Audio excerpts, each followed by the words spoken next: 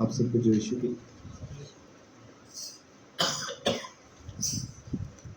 सभी हम उस जगह पे हैं जहाँ पे आकर हम परमेश्वर की बातों से कुछ चीज़ों को सीखते हैं, कुछ चीज़ों को समझने की कोशिश करते हैं। आज मैं आपके साथ एक जो बात करने वाला हूँ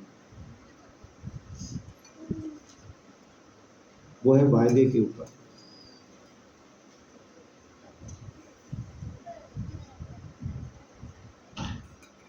एक वादा जो किसी ने किया हो तो बड़ा ज़रूरी होता है कि उसको वैसा ही निभाया जाए जैसा वो किया गया। वादा करने के बाद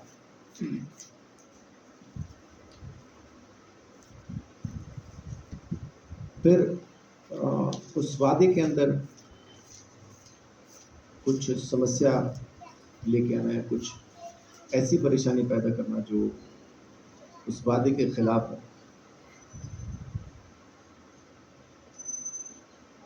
ये इंसान के स्वभाव है ना। परमेश्वर के स्वभाव में ये बात नहीं।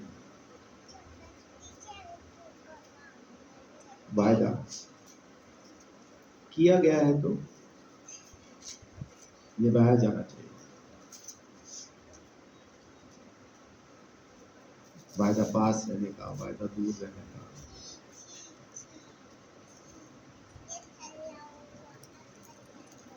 वायदा किसी चीज को करने का, वायदा किसी चीज को छोड़ देने का,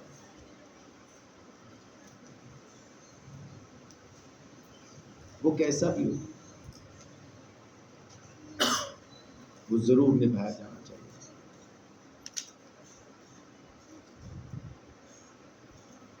लेकिन आज मैं आपके साथ बात करने वाला हूं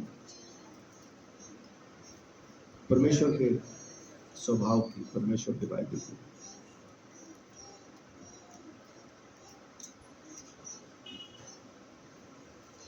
जो परमेश्वर के साथ वफादार रहते हैं, विश्वास योग्य रहते हैं, परमेश्वर अपने वायदे उनके साथ जरूर पूरे करते हैं।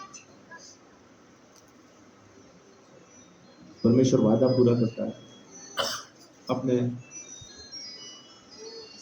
साथ रहने वालों के।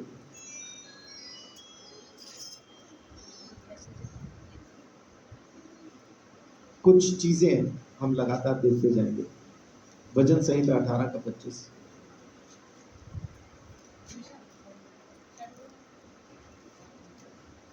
दयावंत के साथ तो अपने को दयावंत दिखाता और खरे पुरुष के साथ तो अपने को खरा दिखाता है। बाइबल कहती है कि परमेश्वर खरे के साथ खरा है, वफादार के साथ वफादार। परमेश्वर अपना वायदा नहीं तोड़ता, परमेश्वर अपना वायदा नहीं भूलता। जब आप परमेश्वर के नाम पर विश्वास करके उसके पास आते हैं तो उसके वायदों पर भी विश्वास करें। इंसान का दिया हुआ वायदा कब कहां किस तरह से वो बदल सकता है, कोई कुछ नहीं कह सकता। लेकिन परमेश्वर जो अपना वायदा करता है और वो अपने वफादार के साथ, माने जो खरा है उसके साथ वो खरा रहता है। परमेश्वर का वायदा। हम किस इंसान पे यकीन कर सकते हैं, पूरा भरोसा किस पे रख सकते हैं? जो अपने वायदे से मुकरता नहीं, हटता नहीं, पीछे नहीं जाता। उस पर पूरा विश्वास आप रख सकते हैं आंख बंद करके। माने कह दिया यानी हो गया, वो बदलेगा नहीं, वो अपने वायदे से हटेगा नहीं, चाहे कुछ भी हो जाए। बाइबल क्या कहती है कि एक बार जो तूने कह दिया उसे पूरा करने में बेशक तुझे नुकसान भी हो, तुझे नुकसान भी उठाना पड़े तो उठा, लेकिन जो कह दिया है उसे पूरा कर।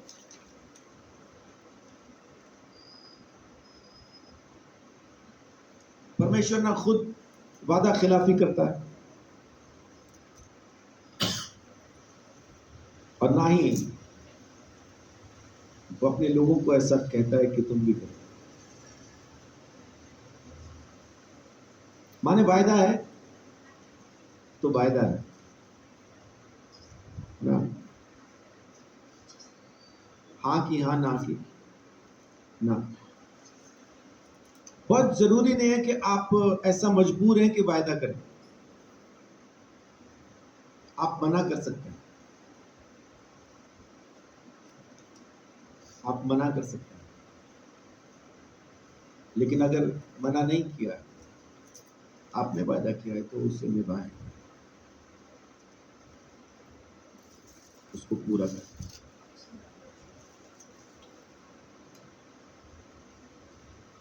जिस जिस भी इंसान के साथ परमेश्वर अपना संबंध बना लेता है, जिसको विश्वास योग्य पाता है, परमेश्वर की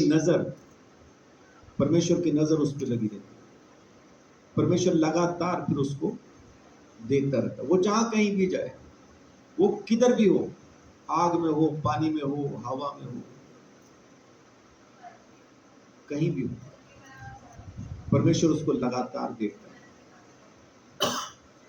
लगातार देखता है। भजन संहिता 101 का 6।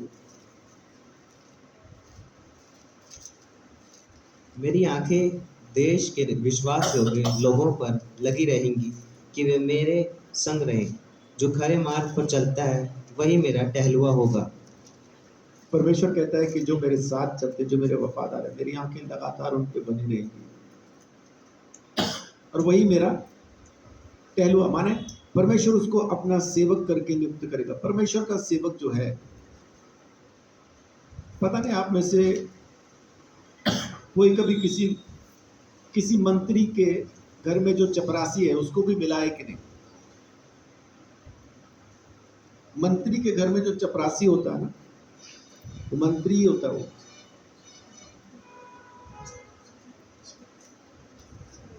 मंत्री के घर का चपरासी मंत्री ही होता है। उसके स्वभाव में मंत्री होगा, उसकी बातों में मंत्री होगा। वो अपने आप को मंत्री से कम नहीं समझेगा। अगर एक मंत्री का चपरासी ऐसा अपने आप को मंत्री समझता है, तो अब बताएं परमेश्वर का जो दास है वो कैसा होना चाहिए, वो किस तरह का होगा। परमेश्वर जिसको टहलुआ अपनी तरफ से नियुक्त कर दे, परमेश्वर उसको अपने तमाम अधिकार देता है। यीशु मसीह कहता है जो अधिकार, यानी सारे के सारे अधिकार जो उसके पास हैं, वो सब उसने हमें दिया। बेटा बेटी होने का अधिकार उसने हमें दिया। तो परमेश्वर की नजर उन पे है जो उसके साथ वफादार बने रहते हैं। परमेश्वर की नजर उन्हीं पे है जो उसके साथ वफादार बने रहते हैं।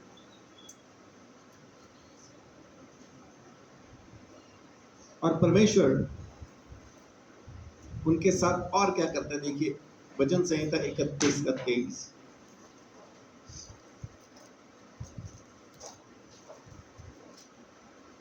हे यहोवा के सब तो उससे प्रेम रखो। यह सच्चे लोगों की तो रक्षा करता है, परंतु जो अहंकार से करता है उसको वह भली भांति बदला देता है। वचन क्या कह रहा है? जो सच्चे लोग हैं परमेश्वर उनकी रक्षा करता है।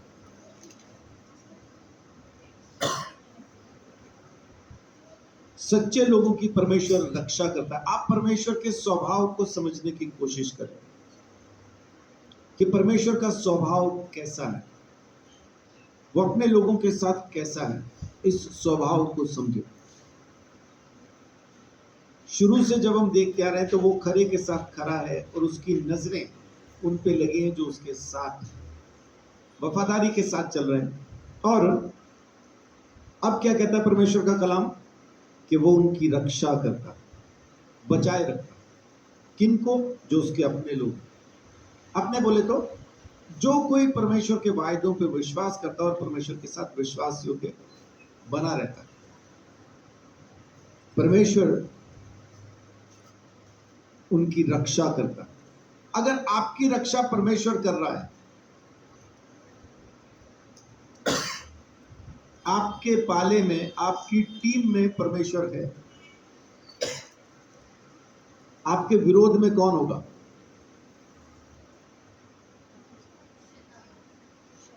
उसकी कोई औकात।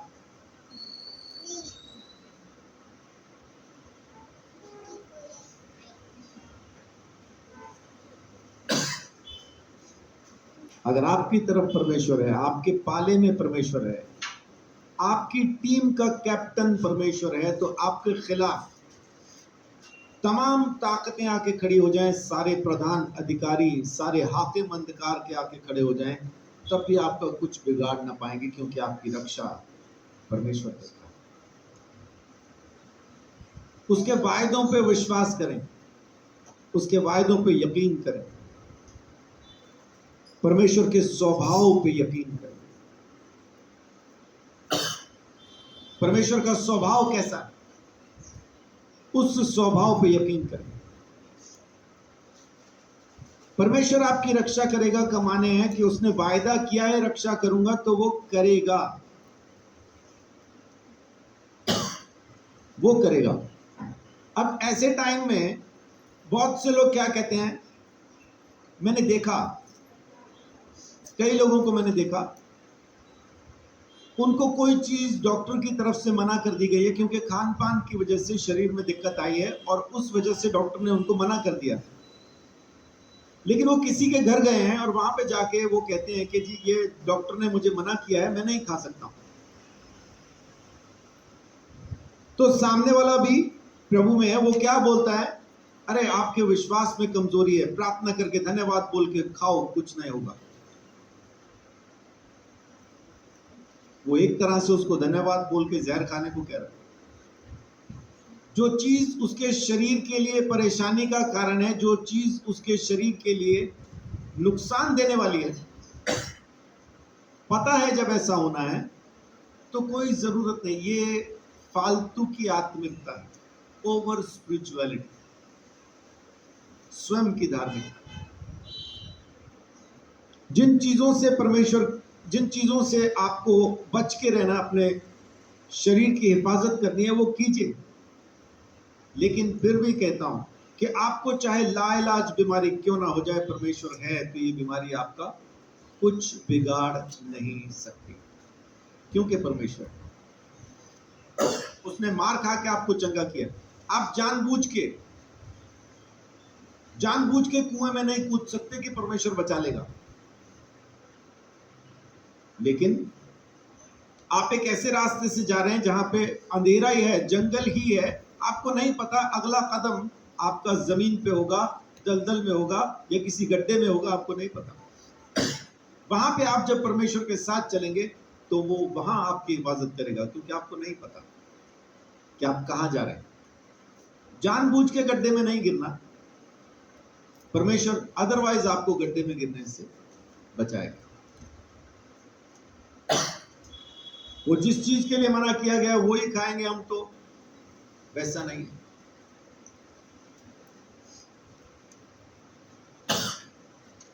लेकिन हम सारी जिंदगी बीमार ही रहेंगे, ऐसा भी नहीं है। यीशु मसीह ने मार खा के हमें चंगा किया, वो हमारी हर बीमारी से रक्षा करता है, बिल्कुल कर सकता है।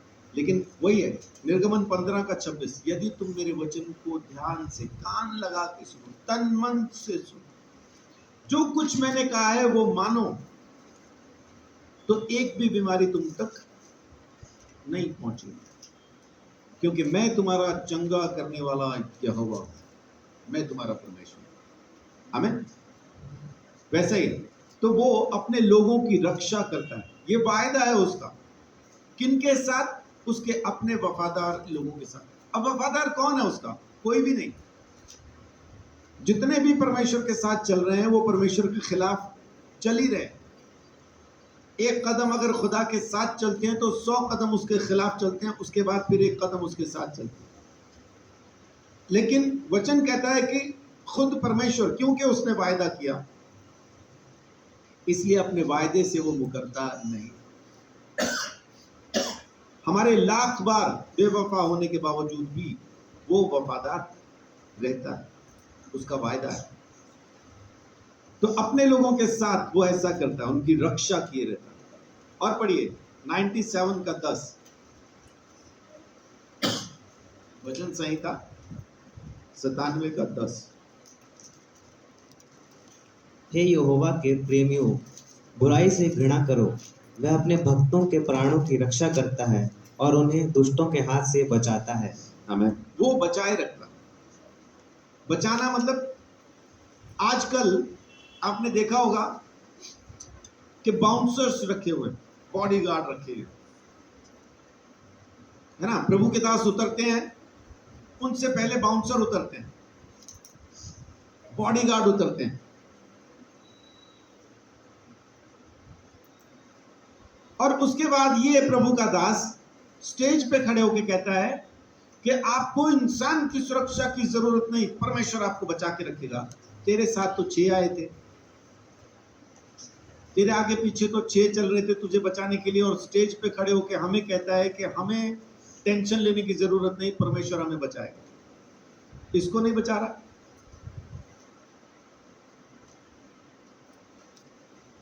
तो इधर जाने का नहीं, परमेश्वर बचाएगा माने परमेश्वर ही बचाएगा। एलिया अलीशा अकेले पहाड़ पे मिल जाते थे, पूरी पूरी टुकड़ी को, सेना की टुकड़ी को मिल जाते थे, लेकिन उनको ये जरूरत नहीं पड़ती थी अपने चेलों को बुला के ये कहने की, लाठियां ले आओ, वो आ गए हैं। आसमान से आग गिरती थी और कहानी खत्म। किसी को ध्यान है बाइबल में कितनी बार आसमान से आग गिरी?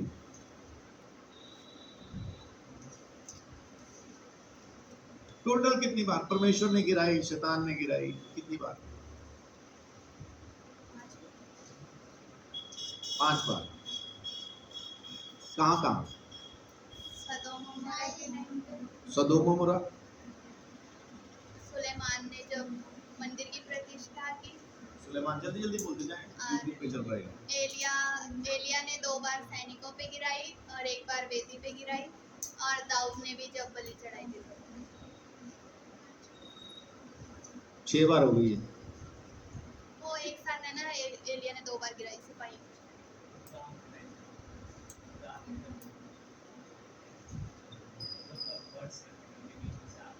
वो गिरी नहीं ना, बीच में से गुजरी। मूसा ने जब बारिश की थी तो उस टाइम पे भी ओलों के साथ आग गिर रही थी। अय्यूब के टाइम पे शैतान ने आसमान से आग गिराई थी। प्रकाशित वाक्य के अंदर वो जो 2 गवाह आएंगे वो भी आग गिराएंगे। माने आसमान से आग सिर्फ एक बार नहीं गिरी, सबको एक ही बार याद है, एलिया ने गिराई। ज्यादातर लोगों को वही याद है, एलिया ने गिराई। खाली एलिया ने एक बार नहीं गिराई, आग बहुत बार गिरी है। तो क्या आज भी गिर सकती है? जवाब है हाँ। गिराएगा कौन? वो, मैं नहीं। जो कोई परमेश्वर के साथ चलेगा, जो उसका वफादार रहेगा, वो जो कहेगा परमेश्वर करेगा। आपको रहना है बस उसके साथ। आप जो चाहते हैं हम करते हैं। और माने परमेश्वर कहता है कि अगर मैं जो कुछ तुझे कह रहा हूं तू कर रहा है तो मैं तेरे साथ हूं, जो तू कहेगा मैं करूंगा। क्या ये संभव है कि जो कुछ वो कहे मैं करूं और उसके बाद भी वो अपना वायदा पूरा ना करे? ये हो सकता है क्या? ये नहीं होगा। मैं बताऊं, जो कुछ वो कहे मैं ना भी करूं ना, वो तब भी अपना वायदा नहीं मुकरता। वो परमेश्वर है। उसने एक बार जो कह दिया सो कह दिया, वो पत्थर पे लकीर है, उसको कोई मिटा नहीं सकता, उसको कोई हटा नहीं सकता। परमेश्वर बचाए रखेगा आपको हर तकलीफ, हर परेशानी से, हर तरह की समस्या से।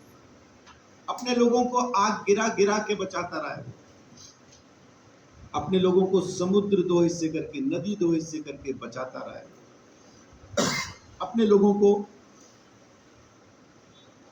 स्वर्गदूत भेज के बचाता रहा है। दानियल को जब शेरों की मांद में डाल दिया, शेर भूखे थे, दानियल को खाने के लिए तैयार थे, लेकिन उसको छू भी ना पाए।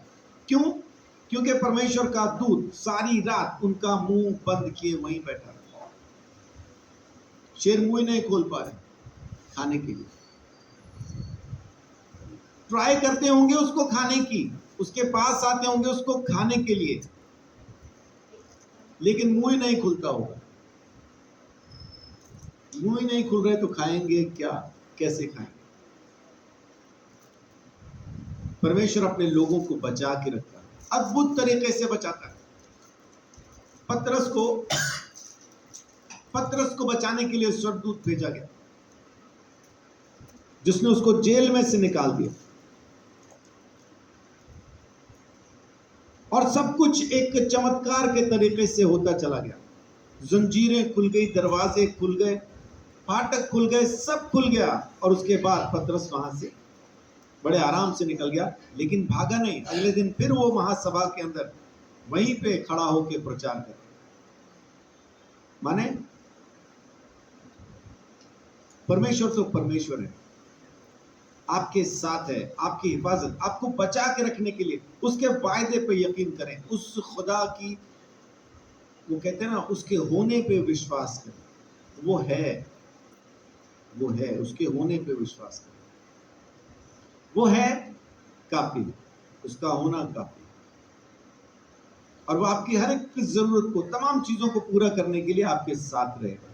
और पढ़िए नीति वचन 2:8 में,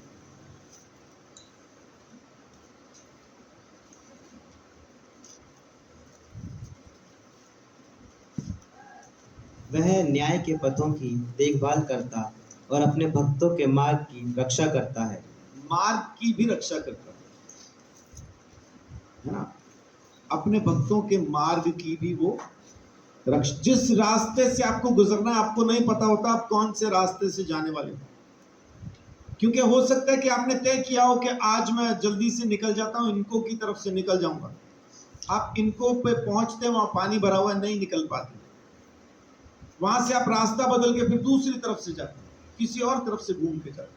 अब परमेश्वर को मालूम है आप कहां तक जाएंगे, कहां से घूमेंगे, किधर पहुंचेंगे, कहां आपने जाना है, सारा रास्ता पहले से मालूम है। वो पूरे रास्ते की हिफाजत पहले से करके रखता, पूरे रास्ते की हिफाजत वो पहले से करके रखता।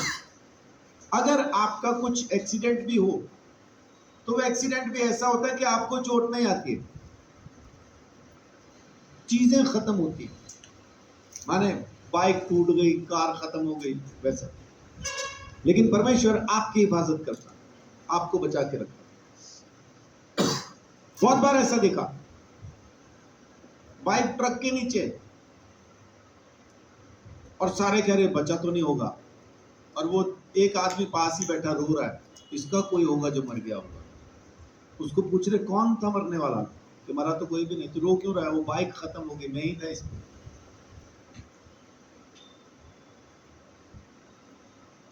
आपके मार्ग की रक्षा, यानी समझते हैं आप इस चीज को, आपके मार्ग की रक्षा।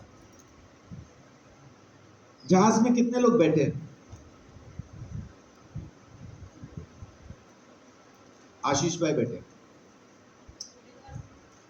जहाज में।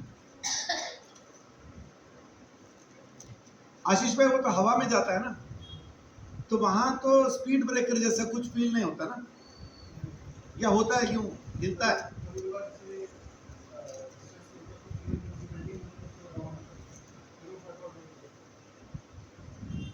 आप जहाज में बैठे हैं, वहां पे अगर परेशानी हो जाए जहाज के अंदर, तो जहाज भी यूं चल रहा होता है जैसे टूटी हुई सड़क पे जा रहा हो। मेरे सफर में मैंने ये महसूस किया। जब मैं छत्तीसगढ़ से वापस आ रहा था, मौसम खराब था, उस टाइम पे जहाज यूं आ रहा था जैसे स्पीड ब्रेकर बने हो नीचे ना, गड्ढे वाली सड़क से जहाज जा रहा हो, ऐसा दुड़ दुड़ दुड़ दुड़ दुड़। और मैं सोच रहा ये उतरेगा या उतर जाएगा।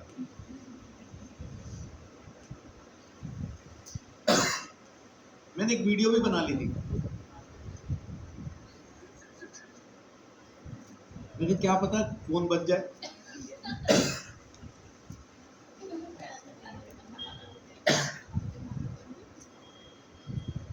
लेकिन जहाज उतर गया तो मैंने वो डिलीट कर दिया।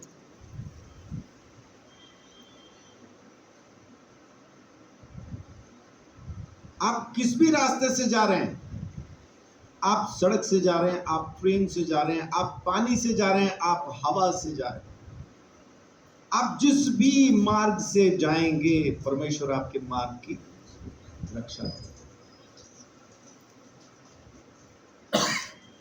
आपके आने में, जाने में, आपके उठने में, बैठने में, वो आपके साथ है।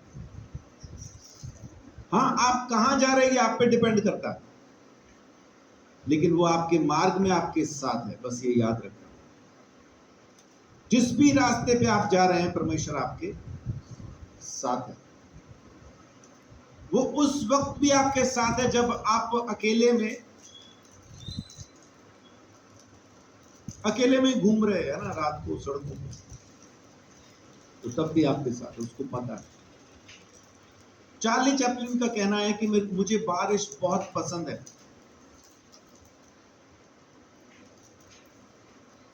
उसके बाद से मेरे को भी पसंद हो गई, पहले नहीं थी। चार्ली चैपलिन कहते हैं कि मुझे बारिश बहुत पसंद है, कारण कि आप जब बारिश में घूम रहे होते हैं, किसी को पता नहीं चलता कि आप रो रहे हैं। आपके आंसू और बारिश का पानी वो माने मिक्स हो जाता है, पता ही नहीं, लोगों को लगता है मजे ले रहा है ना, बारिश का आनंद।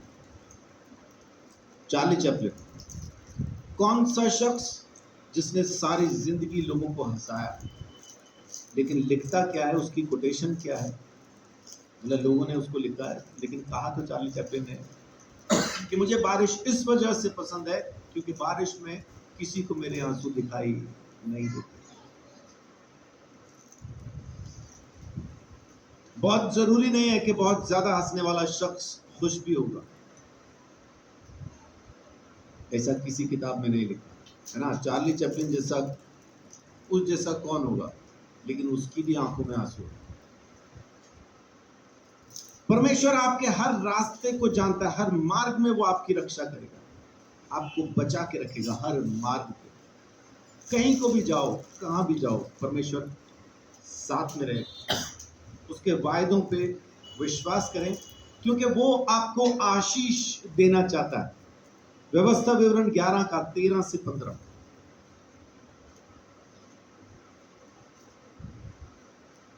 और यदि तू मेरी आज्ञाओं को जो आज मैं तुझे सुनाता हूँ ध्यान से सुनकर अपने संपूर्ण मन और सारे प्राण के साथ अपने परमेश्वर यहोवा से प्रेम रखो और उसकी सेवा करते रहो, तो मैं तुम्हारे देश में बरसात के आदि और अंत दोनों समयों की वर्षा को अपने अपने समय पर बरसाऊंगा, जिससे तू अपना अन्न, नया दाखमधु और टटका तेल संचय कर सकेगा। और मैं तेरे पशुओं के लिए तेरे मैदान में घास उपजाऊंगा और तू पेट भर कर खाएगा और संतुष्ट रहेगा।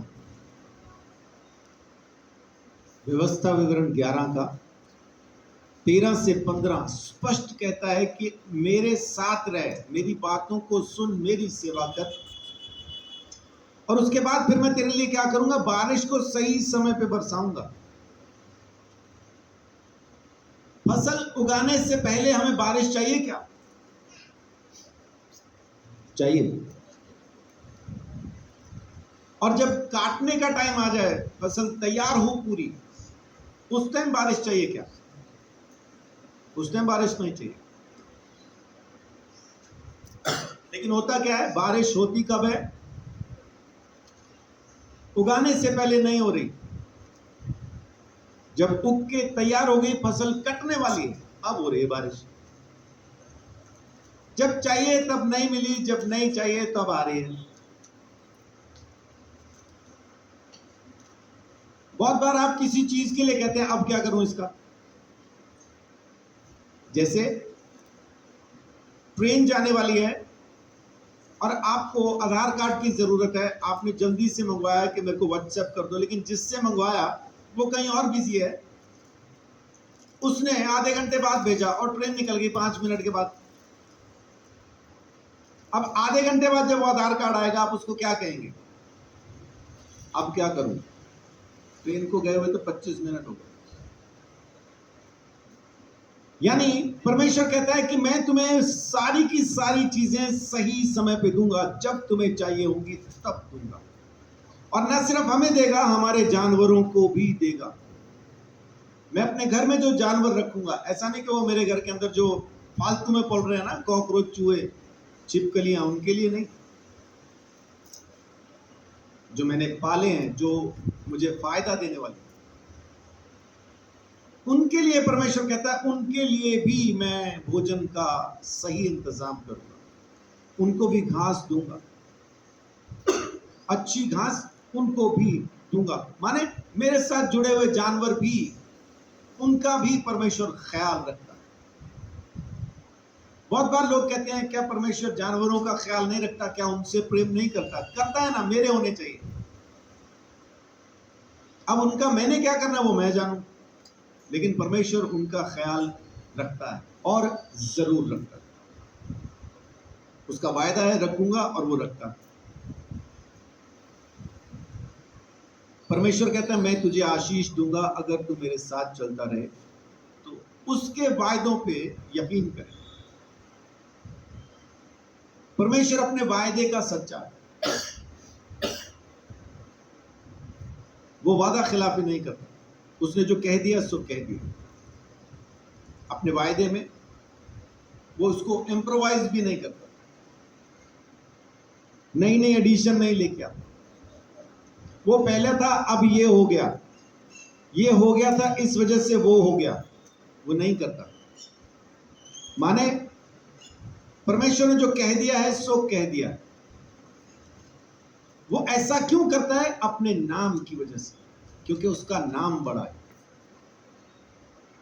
उसकी महिमा बड़ी है। वो अपनी महिमा के मुताबिक, अपने नाम के मुताबिक अपने वायदे को पूरा करता है। हम उससे पूरा करवा लेते हैं, वैसा नहीं है। हम उससे उसका वायदा पूरा नहीं करवा सकते। देख मैंने धूप जला दी, देख मैंने बाइबल पढ़ ली, मैंने 3.5 करोड़ बार बाइबल पढ़ ली है, इसको 30 करोड़ बार पढ़ लो, इससे क्या होगा? मेरा ही फायदा है ना। परमेश्वर को क्या फायदा पहुंचा दूंगा? कुछ भी नहीं। मैंने सारी रात प्रार्थना की है, अब तो मुझे दे। मैंने बहुत से लोगों को ऐसा कहते सुना है जी हमने 40 उपवास रखे, लेकिन परमेश्वर ने हमारी प्रार्थना नहीं सुनी। ऐसा कहीं भी नहीं लिखा कि तुम ज्यादा प्रार्थना करोगे तो मैं तुम्हें दे दूंगा। परमेश्वर सिंपल इतना कहता है, तू मेरे साथ चल, मेरी इच्छा को समझ, मैं तुझे दे दूंगा, जो चाहेगा सो दे दूंगा। बस मेरा वचन तुझ में बना रहे और तू मुझ में बना रहे, तू जो चाहे मांग, मैं दूंगा। और हमारे मांगने में शक नहीं होना चाहिए, संदेह नहीं होना चाहिए। जो मांगो विश्वास से मांगो और वो आपको मिल जाएगा, विश्वास से। परमेश्वर कहता है मैं तुझे आशीष दूंगा, बस मेरे साथ चल। और वो रिवॉर्ड भी देता है ना। मत्ती 25 का 21 से 23। उसके स्वामी ने उससे कहा, धन्य हे अच्छे और विश्वास योग्य दास, तू थोड़े में विश्वास योग्य रहा, मैं तुझे बहुत वस्तुओं का अधिकारी बनाऊंगा। अपने स्वामी के आनंद में सहभागी हो। और जिसको 2 तोड़े मिले थे, उसने भी आकर कहा, हे स्वामी, तूने मुझको 2 तोड़े सौंपे थे, देख मैंने 2 तोड़े और कमाए। उसके स्वामी ने उससे कहा, धन्य हे अच्छे और विश्वास योग्य दास, तू थोड़े में विश्वास योग्य रहा, मैं तुझे बहुत वस्तुओं का अधिकारी बनाऊंगा, अपने स्वामी के आनंद में सहभागी हो। आमीन। परमेश्वर का वचन है कि जो मैंने तुझे दिया है, अगर तू उसमें विश्वास योग्य है तो मैं तुझे और बहुत दूंगा। और किसमें सहभागी हो? अपने स्वामी के आनंद में। इसका मतलब परमेश्वर का वायदा है कि तू मेरे आनंद में मेरे साथ सहभागी हो। और एक बार जब हम परमेश्वर के आनंद में सहभागी होते हैं तो फिर कौन सा आनंद बाकी रह जाता है? उसके बाद कौन सा आनंद हमें चाहिए? परमेश्वर के आनंद में एक बार जब हम शरीक हो गए, उसमें शामिल हो गए, फिर और कुछ नहीं चाहिए। ये परमेश्वर का वायदा है कि मैं तुझे जो दिया है उसमें तू विश्वास योग्य रहे, बहुत दूंगा। वो थोड़े से शुरू करता है और खत्म कहां करता है? कहीं भी नहीं, है ना। अंग्रेज लोग कहा करते हैं, हमें तो आती भी नहीं, है ना। उसके बाद वो कहते हैं स्काई इज द लिमिट। पता नहीं इसका मतलब क्या अंग्रेजी में, लेकिन यही कहते हैं। थोड़े से शुरू करेगा लेकिन उसके बाद कहां तक पहुंचा देगा उसका अंत नहीं, उसका अंत नहीं। लेते जाओ, जितना चाहिए लेते जाओ परमेश्वर से। उसके पास बहुत है, बहुत है आपके लिए, बहुत है। उसने ना सोच रखा है, ये वाला दूंगा, फिर ये दूंगा, फिर अब ये दूंगा, ऐसा सोच रखा है ना। ये दूंगा तो ऐसा दिखेगा, वो दूंगा तो ऐसा दिखेगा। उसके दिमाग में डिजाइन चलता है। वो इतना खुश होगा, वो उतना खुश होगा। माने परमेश्वर पहले से सोच के रखता है। हम ले नहीं पा रहे तो वो हमारी अपनी समस्या है। उसने अपने दिमाग के अंदर डिजाइन सोचा हुआ है, ऐसे में कैसा दिखेगा, वैसे में कैसा दिखेगा। ये दूंगा तो क्या कहेगा, वो दूंगा तो क्या कहेगा, है ना। मुझे कोई बहुत ऐसा खास बड़ी गाड़ी नहीं चाहिए। मेरा तो छोटी गाड़ी, है ना, मरी सड़ी से भी काम चल जाएगा।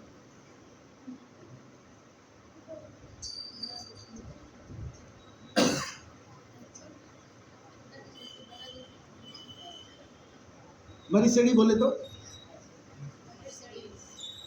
मर्सिडीज, ना बेंज, काले रंग की।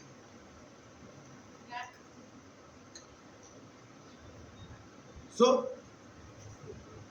आप सोचो, परमेश्वर आपको देगा।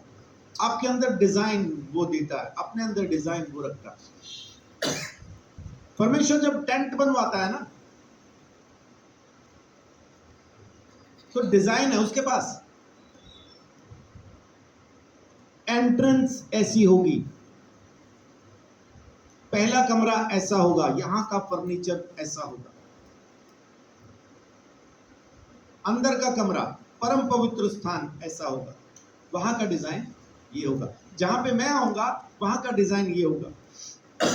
और याजक जो मेरे सामने आएंगे उनकी वर्दी का डिजाइन ये होगा। याजक की वर्दी में बहुमूल्य पत्थर बड़े बड़े कितने लगे हुए थे, याद है किसी को?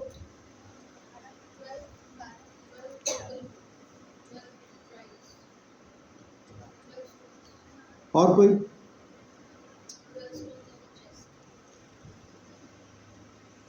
चौदह बहुमूल्य पत्थर याजक के ऊपर होते थे। 12 गोत्र के हिसाब से उसके सीने पे, और 2 जिसपे मोहर जैसा 6 गोत्रों के नाम लिखे थे वो कंधे पे।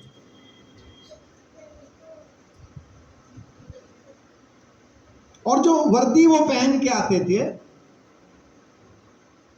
उस वर्दी के अंदर सोने की तार भी लगी होती थी। यानी जब उसको बुनते थे, जब कपड़े को तैयार करते थे, ताना बाना जब उसका लगाया जाता था तो उसमें सोने की तार भी हुआ करती थी।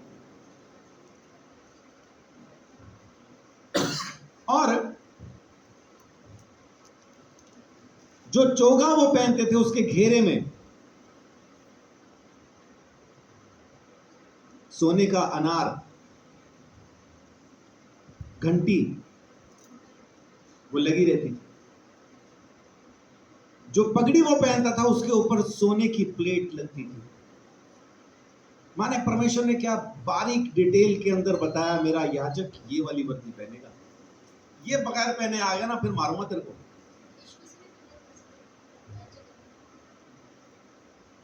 ये वाली पहने बिना आया ना फिर मारूंगा, पहन के आना फिर नहीं मारूंगा। परमेश्वर आपके बारे में सोचता है।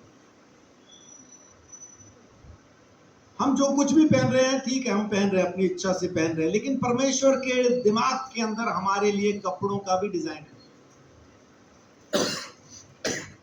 इंसान की आंख कितने रंग एक साथ देख सकती, एक साथ कितने रंग देख सकती? 10 लाख से ज्यादा एक साथ देख सकती। परमेश्वर उन्हीं रंगों के अंदर हमें देखता है ना, अलग अलग कपड़े में, अलग अलग डिजाइन में वो हमें देखता है। कारण उसका प्रेम, उसकी मोहब्बत, जिसमें वो देखता है हमें अलग अलग रंगों में, है ना, सफेद में, अलग अलग रंगों में वो देखता है।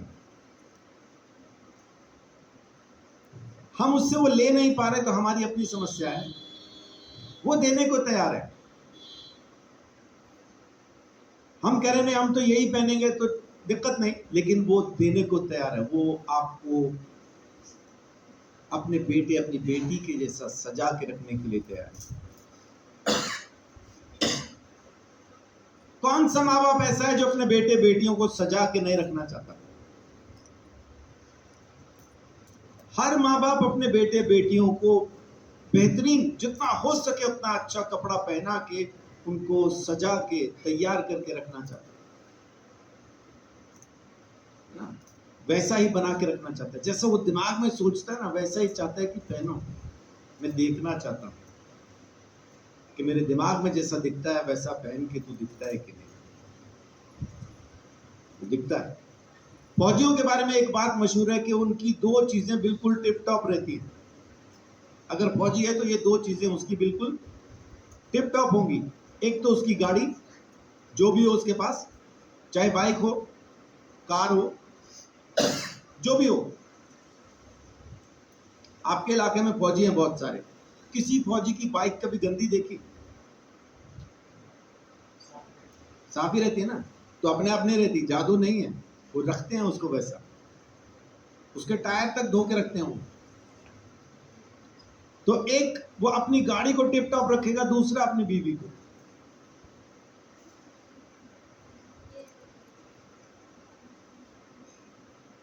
है ना, 2 चीजें वो टिप टॉप रखता है, उसको दोनों चीजें बिल्कुल ओके चाहिए, गाड़ी ओके, बीवी ओके। अगर एक फौजी अपने परिवार को, अपनी चीजों को इस तरह से सजा के रख सकता है, तो हम किसके खानदान से हैं? हम उस खुदा के खानदान से। वो कैसे रखेगा हमें? जब वो हमें सजा के रखने पे आता है ना, तो फिर हम नायाब हो जाते हैं, बेशकीमती हो जाते हैं। फिर दुनिया हमारी तरफ को अपने आप अट्रैक्ट होती है। चलिए किसी हीरे का नाम बताएं, किसी हीरे का नाम बताएं।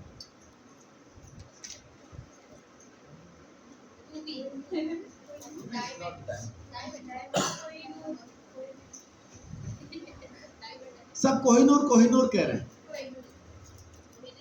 कोहिनूर क्यों कह रहे हैं? क्योंकि जमीन के ऊपर वो सबसे बड़ा जो एक हीरा जो हमारे हिंदुस्तान की कभी विरासत हुआ करती थी, इंग्लैंड वाले उसको ले गए कोहिनूर। माने आज भी दुनिया उसकी तरफ अट्रैक्टिव है, अट्रैक्टेड है। ऐसा क्यों? क्योंकि उसकी कीमत बहुत ज्यादा है। जब आप खुदा की तरफ से सजाए जाते हैं ना, तो दुनिया आपकी तरफ अट्रैक्ट होगी, क्योंकि आप बेशकीमती होते हैं, है ना। वो चुंबकीय शक्ति आपके अंदर आती है ना। जो कोई देखो आपकी तरफ ही भाग रहा है, आप ही को, आप ही चाहिए। अगर आपके खानदान में अभी आप नहीं चाहिए ना, तो दिक्कत नहीं। अभी कोहिनूर को तराशा नहीं है। तराशा कब जाएगा? जब आप उसकी बातों को सुनना और मानना शुरू करेंगे, तो तराशे जाएंगे। फिर आपकी जरूरत सबको होगी। हर कोई आप ही के पास आएगा, हर कोई आप ही की तरफ दौड़ेगा, हर कोई आप ही को ढूंढ रहा होगा, है ना। एक बार मिल जाओ, बस सब सही हो जाएगा। उसको मिल के आते हैं, उसको मिल लेंगे, सब सही हो जाएगा, ऐसा आपको ढूंढेगा। उसकी सुनना, उसकी मानना तो शुरू करें। उसके बाद आप देखें कि वो किस तरह से आपको आशीष देता है। और फिर वो कहता है कि मैं तुझे थोड़े से देना शुरू करूंगा, थोड़े से, है ना। रुपया, 2 रुपया, 5 रुपया, यहां से शुरू करूंगा, और फिर कितना देगा उसकी कोई लिमिट नहीं। फिर एक दिन जब आपके पास 10 करोड़ भी वो दे रहा होगा ना, तो आपको वो 2 रुपए जैसे ही लग रहा होगा, क्योंकि वो धीरे धीरे बड़ा होगा। एकदम से किसी गरीब को 10 करोड़ दे दो, तो बस उसके लिए वो आखिरी खबर होती है। ये 10 करोड़ मेरा, हाँ आ।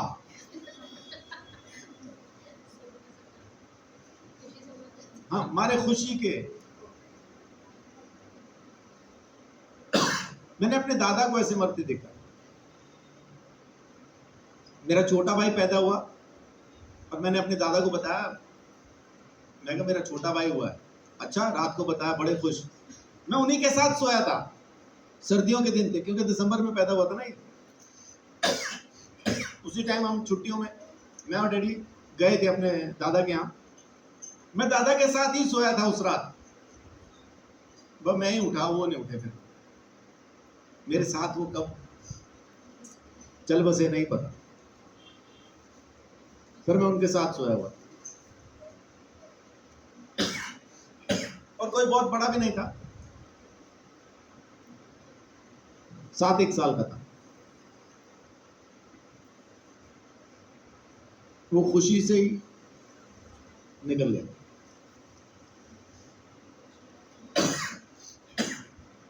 अब मेरे साथ लेटे लेटे उन्होंने करवट भी नहीं ली, मतलब ना हिले ना डुले, सीधा लेटे थे, सीधे लेटे रह गए।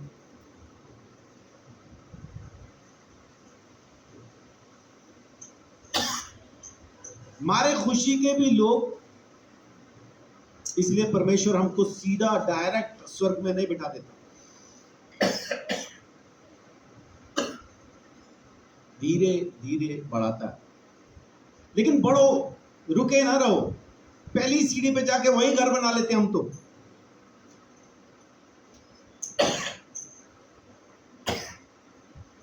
हमारी गवाही धीरे धीरे सालों में बदलती जाती है। कल मैं गया था वहां, अच्छा फिर क्या हुआ, मैंने प्रार्थना की, मुर्दा जिंदा हो गया। ओके, परसों गया था मैं वहां, फिर क्या हुआ, वही मुर्दा जिंदा हुआ था। फिर 1 महीने पहले गया था मैं वहां, मुर्दा जिंदा हुआ था। 2 साल पहले की बात है, मैं वहां गया था, मुर्दा जिंदा हुआ था। 15 साल पहले ना मैं वहां गया था, मुर्दा जिंदा हुआ। उसके बाद उसी सीढ़ी पे घर बना रखा है, बस मुर्दा जिंदा हो गया, बात खत्म हो गई। बढ़ना हमारे हाथ में। आप बढ़ो, परमेश्वर देता जाएगा। वो कहता है मैं थोड़े से शुरू करूंगा और तुझे बहुत दूंगा। बहुत कमाने हैं, बहुत। गवाहियां गिनती के बाहर होंगी, आप गिन ना पाएंगे। लेकिन करना शुरू कीजिए, तब परमेश्वर उसमें रिवॉर्ड देगा, आपको रिवॉर्ड देगा, क्योंकि आपने किया ना।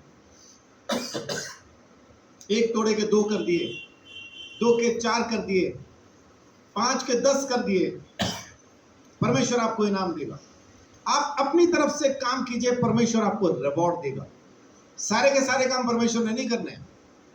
जो काम मुझे करना है वो मुझे करना है। वो कहता है मेरी आज्ञा को मान, तो मतलब मुझे मानना है। हम प्रार्थना कर रहे हैं, मुझे मानना सिखा, प्रभु मुझे अपने रास्तों पे चला। वो कह रहा चल। आज भी मेरे सामने बहुत से लोग खड़े हो जाते हैं, आके बोलते हैं जी प्रार्थना करो। क्या प्रार्थना करूं? मैं प्रभु में बढ़ूं। तो बढ़ जाना, किसने रोका हो? मेरे लिए प्रार्थना करो, मैं बाइबल पढ़ूं। तो पढ़ना है नहीं क्या? बाइबल तेरे पास है? पढ़ना नहीं आता है तो पढ़। पढ़ूं मतलब क्या? प्रार्थना क्या करूं मैं इसमें? मेरे लिए प्रार्थना करो कि मैं प्रार्थना शुरू करूं, तो कर। ये प्रार्थना उससे नहीं होता है, ये करने के काम है। जो करत विद्या है करने से ही आएगी। उसके बाद जो होना है वो परमेश्वर का काम है। आप बाइबल पढ़ो, प्रार्थना करो, परमेश्वर में बढ़ो, उसकी आज्ञाओं को मानो, ये आपका काम है। जाओ जाके सुसमाचार सुनाओ, ये आपका काम है कि जाओ, परमेश्वर ने भेज दिया। हम अब भी बैठे और बैठे ही रहेंगे। क्यों? क्योंकि परमेश्वर लेके नहीं जा रहा। हम तो कभी के तैयार होके बैठे हैं, परमेश्वर आए ले जाए, है ना। हमने तो लिटिप्स बिंदी लगा रखी है, वो आ ही नहीं रहा।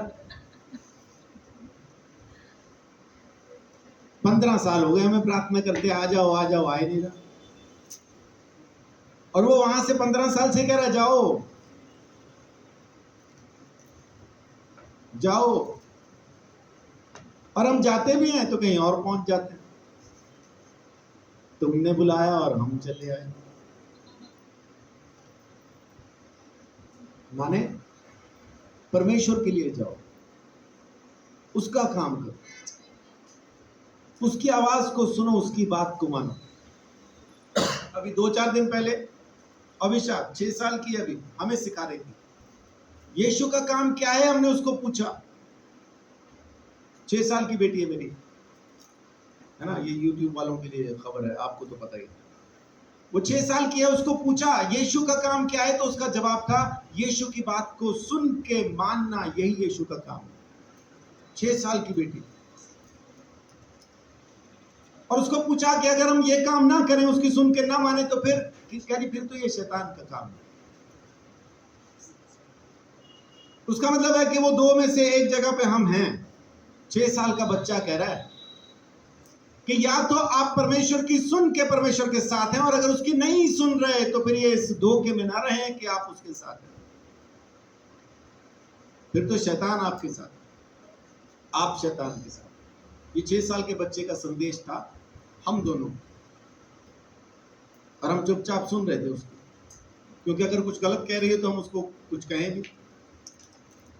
इतना सटीक जवाब मुझे आज तक किसी अच्छे खासे परमेश्वर के दास ने भी नहीं दिया कि यीशु का काम क्या है। सिंपल एक लाइन, यीशु की सुनना और मानना, यही उसका काम है। ये 6 साल के बच्चे ने बताया अभी 2-4 दिन पहले। अपन भी सीख सकते हैं। अगर 6 साल के बच्चे को ये बात समझ में आ गई है, तो मैं तो अब 16 साल का हो गया वैसे, तो हमें समझ में आ जानी चाहिए।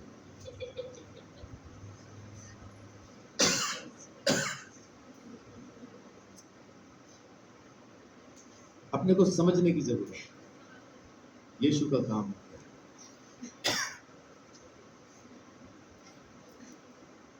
परमेश्वर कभी धोखा नहीं देगा। इस बात को कहते हैं ना, गांठ बांध लो। मुझे नहीं पता कि इस मुहावरे को लिटरली औरतें किया करती थी या ये कहने की बात है कि इस बात को गांठ बांध लो। तो क्या वो अपने आंचल में गांठ बांध लेती थी ताकि याद रहे? नहीं पता मुझे, लेकिन होना यही चाहिए कि वो गांठ बांध लेती होगी ताकि याद रहे कि मुझे किसने क्या कहा। मैं बहुत सारी चीजें भूलने लगा था, तो मैंने एक काम करना शुरू किया। ये जो औरतें अपने चुटिया के लिए वो यूज करती है ना, हेयर बैंड, रबर बैंड, कौन सा बैंड, वो जो लाल, हरा, नीला, काला, पीला, अलग अलग रंग के जो होते हैं,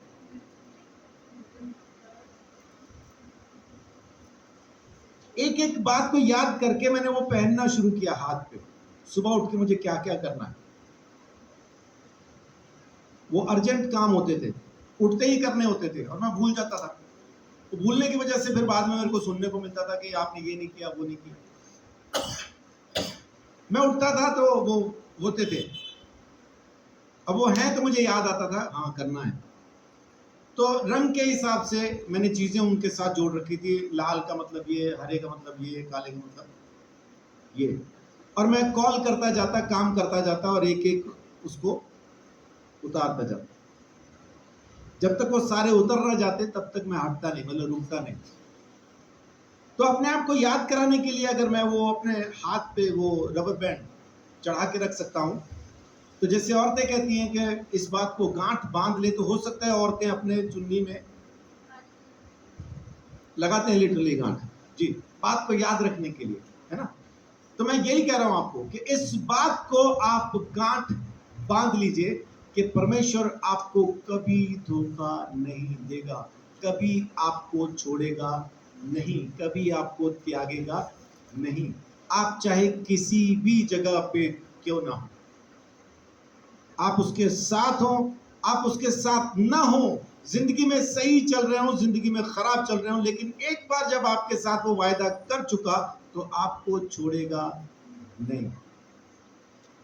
लौट के आना आपका काम है, ये नहीं है कि नहीं छोड़ेगा तो चलो यहीं पे मस्ती मारे, ऐसा नहीं है।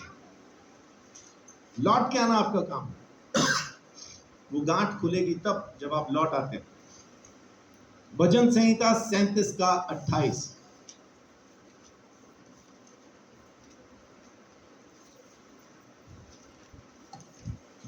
क्योंकि यहोवा न्याय से प्रीति रखता और अपने भक्तों को ना तजेगा। उनकी तो रक्षा सदा होती है, परंतु दुष्टों का वंश काट डाला जाएगा। परमेश्वर कभी तजेगा नहीं, तजेगा नहीं मतलब कभी त्यागेगा नहीं, कभी छोड़ेगा नहीं। भक्तों की तो हमेशा ही रक्षा होती रही, होती ही रहेगी। परमेश्वर कभी नहीं छोड़ेगा, इस बात को याद रखिए। वो कहता है मैंने तेरा चित्र अपने हथेली पे खोद के बनाया। कब बनाया खोद के? जब वो सूली पे चढ़ के मरा, वो जो उसके हाथों में छेद हुए थे ना, वो मुर्दों में से जी तो उठा, लेकिन वो जख्म उसके भरे नहीं है। यानी जख्म उसके चंगे हो गए हैं, लेकिन भरे नहीं है। भरे नहीं है का मतलब वहां वो छेद अब भी बाकी है, वो छिदा हुआ हाथ अब भी छिदा हुआ ही है।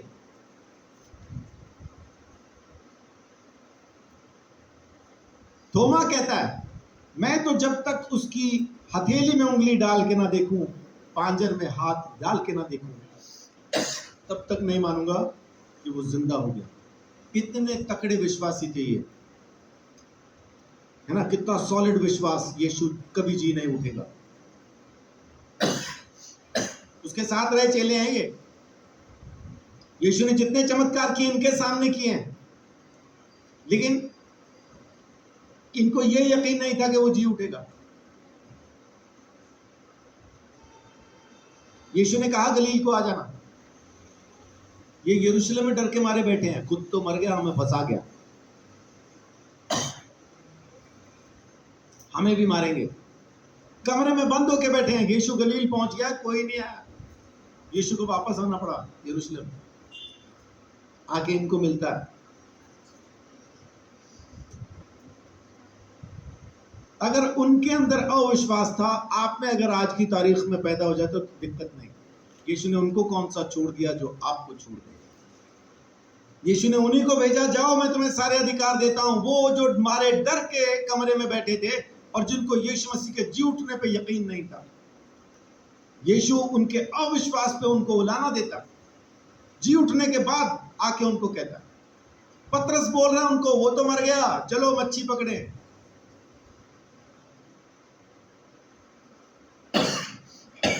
अपना धंधा वापस चालू करते हैं, यीशु तो मर गया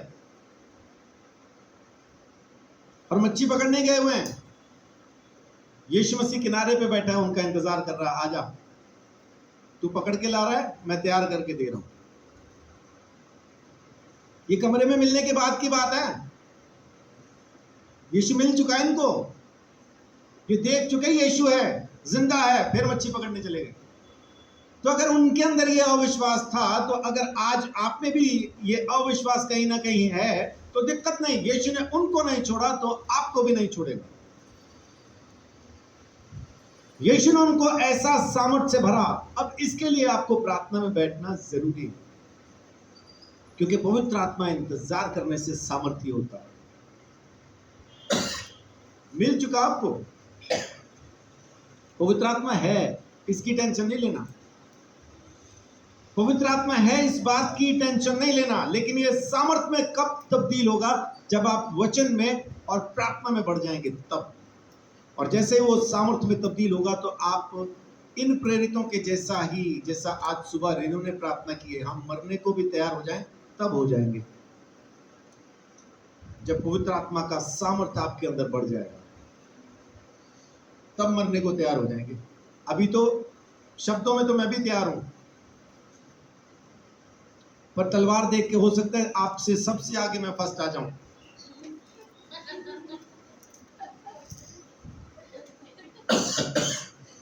दौड़ने में, मरने में नहीं। लेकिन अगर आत्मा से भरे होंगे तो मरने में भी फर्स्ट आ जाएंगे। अंजू बहन कहनी आमीन, आमीन। यीशु के लिए मरने को तैयार, दिक्कत नहीं, वो छोड़ेगा नहीं। बाइबल के अंदर जितने भी हीरो हैं,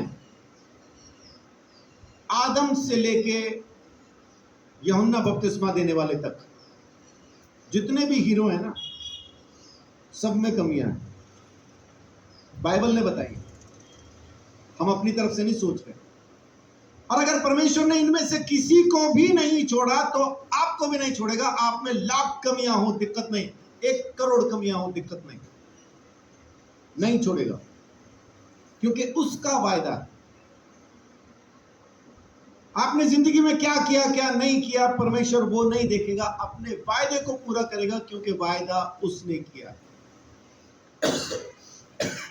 वायदा हमने करवाया नहीं है उससे, उसने किया है, इसलिए पूरा करेगा। वायदा खुदा का है, इसलिए पूरा भी खुदा करेगा। हमने नहीं करवा लिया उससे कि तू वायदा कर, मैंने तपस्या कर ली, 40 दिन का उपवास रख लिया, अब तू वायदा कर। वैसा नहीं है। पिंकी को बैठने में परेशानी हो रही, कुर्सी खाली है पीछे, ये है ना, खाली पड़ी कुर्सी है, लिखा नहीं जा रहा, कोई दिक्कत नहीं, रिकॉर्ड हो रहा है।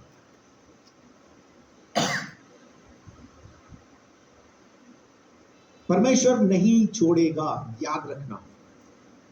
लेकिन एक चीज साथ में यह भी याद रखना, जब ऐसा प्रेम करने वाला खुदा आपके पास है कि आपकी करोड़ों कमियों के बावजूद आपको नहीं छोड़ता, तो उस खुदा के लिए अपन दो चार कमियां तो छोड़ ही सकते हैं, है ना। मोटी मोटी वाली जो हमें पता है कि ये चीज उसको नहीं पसंद, उसके लिए उतनी तो छोड़ सकते हैं।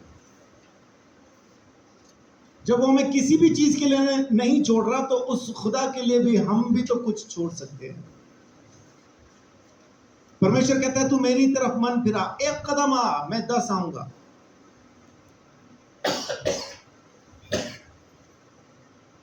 उसकी तरफ फिरे तो, उसकी तरफ आए तो वो आपको बिल्कुल नहीं छोड़ेगा। वायदा है उसका, याद रखना। किसी और के पास जिंदगी की गारंटी है क्या कि मैं तुम्हें हमेशा की जिंदगी दूंगा? गारंटी है किसी के पास? गारंटी नहीं है। कयास लगाते हैं, अंदाजे हैं, यदि ये हो गया तो क्या पता हो जाए। जब मैं यीशु में नहीं आया था, उससे पहले मैं बड़े बड़े साधुओं से मिला हूं, बड़े बड़े पंडितों से मिला हूं, बाबाओं से मिला हूं, और मैंने सीधा सीधा सवाल किया है कि बाबा ये मुक्ति मिल जाती है क्या? उनका एक ही जवाब था, कोई नहीं जानता बच्चा, वहीं जाके पता चलेगा। तो फिर मैं आगे अगला सवाल पूछता था, फिर घर छोड़ के यहाँ क्या कर रहे? जब पता ही कुछ नहीं मिलनी है कि नहीं मिलनी है, वो तो घर पे रह के भी ऐसा ही था। कितने साल हुए बाबा घर छोड़े? 25 साल हो गए। बच्चा मिली क्या? नहीं मिली। शांति कहां गई? नागालैंड।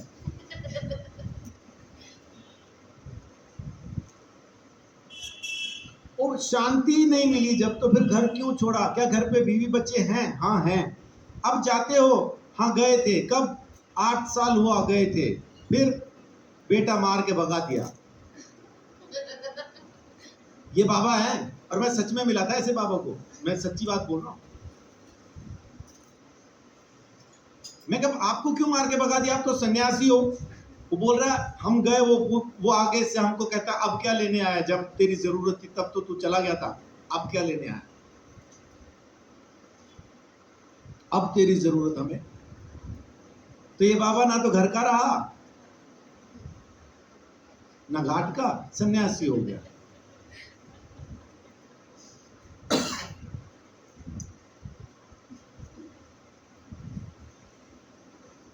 गारंटी किसी के पास नहीं। अगर गारंटी मुझे आज तक कभी किसी ने दी है तो सिर्फ परमेश्वर के वचन ने, यीशु मसीह ने, कि पुनरुत्थान मैं हूं, जिंदगी मैं हूं, अनंत जीवन मेरे ही पास है। अगर हम यीशु को कहें क्या मुक्ति तेरे पास है, तो यीशु क्या कहेगा? हम यीशु को कहें मुक्ति तेरे पास है, तो उसका जवाब क्या होगा? उसका जवाब मालूम क्या होगा? हाँ, उसका जवाब होगा मैं खुद मुक्ति हूं, मैं तुझे मिल गया। उद्धार दिया किसने? यहोवा ने। यीशुआ का मतलब है यहोवा उद्धार करता, यहोवा उद्धार देता है। तो उसने दिया क्या? यीशु हमें उद्धार दे दिया। शिमोन जो मंदिर में बैठा था, उसका एक ही परमेश्वर के सामने एक ही प्रार्थना थी, जिस दिन तेरा उद्धार देखूं तब मेरी मौत हो, तेरा उद्धार देखे बगैर मैं मरूंगा नहीं। यीशु मसीह जब उसकी गोद में दिया तो वो कहता है मैंने तेरा उद्धार देख लिया। उद्धार, मुक्ति, छुटकारा, मोक्ष खुद यीशु है, परमेश्वर ने हमें दिया। शिमोन ने देखा, परमेश्वर को महिमा दी, उसके बाद उसके प्राण भी चले गए होंगे, क्योंकि उसका उतना ही था, बहुत बूढ़ा हो चुका था, वो बहुत बूढ़ा हो गया, लेकिन इंतजार था, परमेश्वर मैं तेरे उद्धार को देखे बगैर मरूंगा नहीं, क्योंकि परमेश्वर ने बात की थी उससे कि अब मैं अपना उद्धार देने वाला हूं, भेजने वाला है ना, तभी वो इंतजार कर रहा था। नहीं तो 500 साल से खामोशी थी, कोई परमेश्वर की बात ही नहीं सुन पा रहा था, बोल ही नहीं रहा था। तो यीशु मसीह खुद परमेश्वर का दिया हुआ उद्धार है। यहेजकेल 18:9, यहेजकेल 18:9।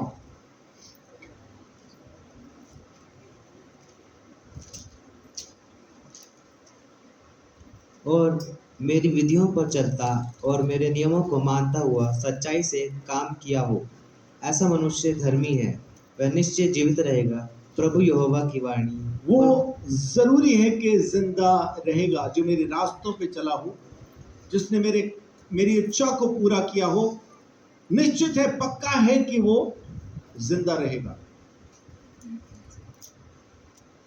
तो परमेश्वर की तरफ से एक गारंटी है कि वो हमें जिंदगी भी देता है।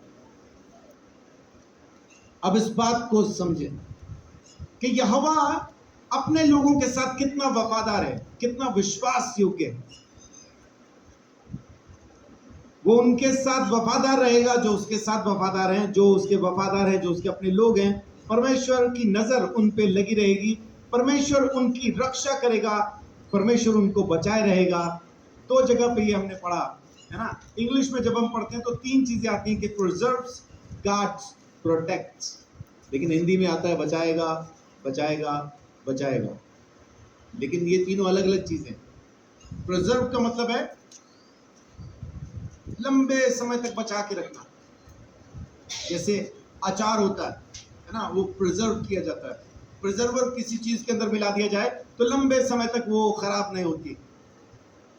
तो परमेश्वर प्रिजर्व करेगा, गार्ड करेगा, मतलब है कि वो एक चौकीदार के जैसा, एक सैनिक के जैसा, एक बॉडीगार्ड के जैसा रक्षा करेगा। और प्रोटेक्ट का मतलब होता है रक्षा करेगा, बचाएगा, बचा के रखेगा। सो ये तीनों चीजें आती हैं। ही प्रिजर्व्स, ही गार्ड्स, ही प्रोटेक्ट्स, और उसके बाद वो आशीष देगा, वो इनाम भी देगा, रिवॉर्ड देगा, और कभी धोखा नहीं देगा, और जिंदगी की गारंटी परमेश्वर के पास है। ये तमाम बातें वो आपके साथ करता है जब आप उसके साथ विश्वास योग्य बने रहते हैं। तो परमेश्वर के विश्वास योग्य होने पे विश्वास करें। वो अपने वायदे को कभी नहीं भूलेगा, कभी नहीं त्यागेगा, अपने लोगों को कभी धोखा नहीं देगा, कभी तजेगा नहीं। जो वायदा उसने कर दिया उसको वो जरूर पूरा करता है, जरूर पूरा करता है। परमेश्वर को उसका वायदा पूरा करने से आज तक कोई नहीं रोक पाया। मेरे बाप भी, जो वायदा उसने मेरे लिए किया है वो आज भी पूरा करता है। कोई भी चीज परमेश्वर को उसका वायदा पूरा करने से रोक ना पाएगी, ना ही रोक सकेगी। पौलुस कहता है कौन हमारे खिलाफ हो सकता है?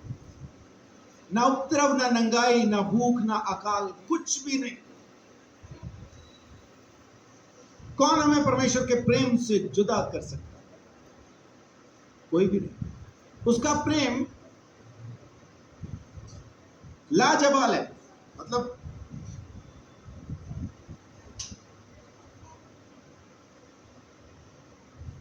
निस्वार्थ है।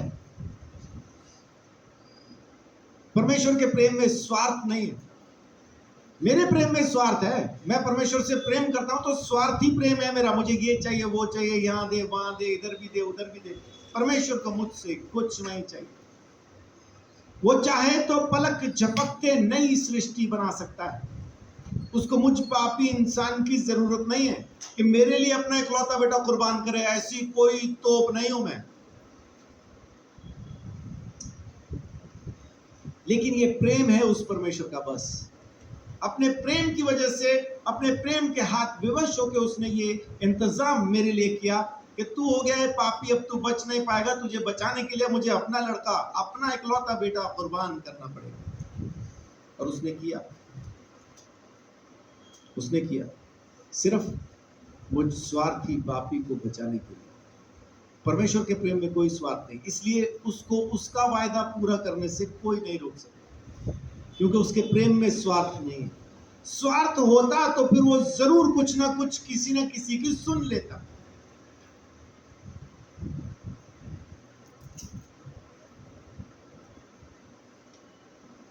आप इस प्रेम को यूं समझ पाएंगे क्या? किसी ने, आप यूं समझिए कि जैसे होशे था, होशे नबी ने एक वेश्या से शादी की परमेश्वर के कहने पर। उसके व्यभिचार के बच्चों को भी अपना बना लिया, लेकिन ये उसको फिर छोड़ के चली गई। परमेश्वर ने कहा जा दोबारा से लेके आ। अब ये दोबारा लेके आता, लेकिन होशे ने कभी उसको ताना नहीं मारा। तू तो वेश्या थी, मैं तुझे वहां से निकाल के लेके आया, तो फिर चली गई, कभी नहीं कहा। अगर परमेश्वर का एक दास एक वेश्या के साथ ऐसा वफादार है तो सोचे कि जिसने उसको भेजा वो अपने वायदे का कैसा वफादार है। हम होशे की उस बीवी, उस वेश्या से भी गंदे। वो तो एक बार छोड़ के गई थी ना, अपन तो आधे आधे घंटे में जाते हैं। आधे घंटे बाद कहीं किसी के साथ, फिर किसी और के साथ, फिर किसी। हमारी आदतें ऐसी हैं। हम कभी गुस्से के साथ पाए जाते हैं, कभी जलन के साथ, कभी लालच के साथ, कभी किसी और चीज के साथ, कभी और। हम अपने स्वभाव में ऐसे। लेकिन परमेश्वर हर बार हमें वापस आने देता है। परमेश्वर हर बार हमें गले से लगाता है। हम वापस आते घूम घूम के, और वो आने देता है। ये उसकी रहमत नहीं तो और क्या है, ये उसका कर्म नहीं तो और क्या है। ये उसका प्रेम नहीं तो और क्या। परमेश्वर ने अपने प्रेम की वजह से हमें ये जिंदगी दी है, हम इसके लायक नहीं हैं। हम उसके घर के आसपास से गुजरने के लायक भी नहीं है। उसने अपने घर में रहने का हमें मौका दिया है, जगह दी है ना। मेरा भी एक कमरा वहां पे है। जितना बड़ा कमरा यीशु मसीह का परमेश्वर के घर में है, उतना ही आपका भी। यीशु का महल है वहां पे और आपकी कुटिया है, वैसा नहीं है। जैसा यीशु का कमरा वहां पे है, वैसा ही आपका भी कमरा, मेरा भी कमरा वहां पे है ना। परमेश्वर के सामने बहुत ज्यादा गरीब होने की वजह से मेरा सिर्फ सोने का बना हुआ है। उसने सबके लिए वैसा ही बनाया। दर्शन भाई ने देखा, दर्शन भाई ने दर्शन देखा, स्वर्ग देखा, स्वर्ग में सड़कें देखी। उन्होंने बाइबल नहीं पढ़ी हुई थी, वो हिस्सा जहां पे ये लिखा पढ़ा हुआ नहीं है उनका। और वो बैठ के ना सड़क में यूं हाथ लगा लगा के देख रहे, सोने की है तो, और कह रहे बिल्कुल एकदम स्मूथ चिकनी, मिट्टी है ही नहीं, क्योंकि स्वर्ग में मिट्टी है ही नहीं।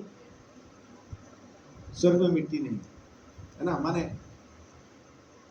वहां पे धूल मिट्टी नहीं जमेगी, सब बढ़िया है वहां पे सिस्टम।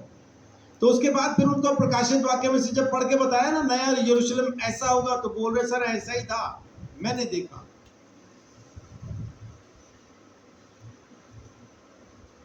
वान्या मेरी बड़ी बेटी एक दिन मेरे को वो 3 दिन की प्रार्थना में दर्शन देखने के बाद बताती है, पापा मैं एक गली में थी, वहां सड़क सोने की थी और दोनों तरफ जो मकान बने थे सब सोने के थे, और उसमें से एक घर के अंदर मैं गई, बाहर कुछ लिखा था, मैं पढ़ नहीं पाई, वो नाम अपना नहीं पढ़ पाई क्योंकि वहां किसी और भाषा में होगा, है ना, उसका नाम भी कुछ और होगा। उस मकान के अंदर जब मैं गई तो कह रही वहां पे और तो कोई नहीं था, लेकिन मेरे को ये फील आ रहा था ये मकान मेरा है। तो वो अपने मकान में घूम के आई। परमेश्वर ने जो वायदा किया है ना, यीशु मसीह कहता है मैं जा रहा हूं, मेरा जाना तुम्हारे लिए अच्छा है। किस लिए गया है? कंस्ट्रक्शन के लिए। वहां पे कॉलोनी बना रहा है ना, उसके बाहर बोर्ड लगा होगा विश्वासियों की कॉलोनी। विश्वासी माने विश्वास योग्य की कॉलोनी। यीशु मसीह वहां बनाने के लिए गया। सबका मकान अपना अपना, मेरा अपना, रीना का अपना, बच्चों का अपना अपना, सबका अपना अपना, क्योंकि वहां रिश्ता नहीं होगा ना, वो एक परिवार एक मकान में रह रहा, वैसा नहीं है। सब अपना अपना रहेंगे, सब अपना अपना रहेंगे, स्वर्गदूत के जैसा रहेंगे। तो वो जो वायदा है, यीशु मसीह ने जो वायदा किया है कि जिंदगी मेरे पास है, मार्ग सत्य और जीवन मैं ही हूं, मेरे बिना कोई भी बाप के पास नहीं जा सकता। ट्रांसलेशन थोड़ी अजीब है ना, बिना मेरे द्वारा, मतलब इसका मतलब क्या बिना मेरे द्वारा? वहां ये लिखा जा सकता था कि मेरे बगैर कोई भी बाप के पास नहीं जा सकता, बिना मेरे द्वारा कोई पिता के पास नहीं जाएगा, मतलब पता नहीं। लिखने वाले ने लिख दिया, अब हमें वैसा ही पढ़ना है, बिना मेरे द्वारा। लेकिन समझने की बात यह है कि मेरे बगैर कोई बाप के पास नहीं जा सकता। तो उसके वायदों पे विश्वास करें, वो अपने वायदे का सच्चा है। उसने जो वायदा कर दिया सो कर दिया, वो अपने वायदे से मुकरेगा नहीं, नहीं, वायदे से मुकरेगा नहीं। परमेश्वर हिफाजत करके रखेगा। आमीन।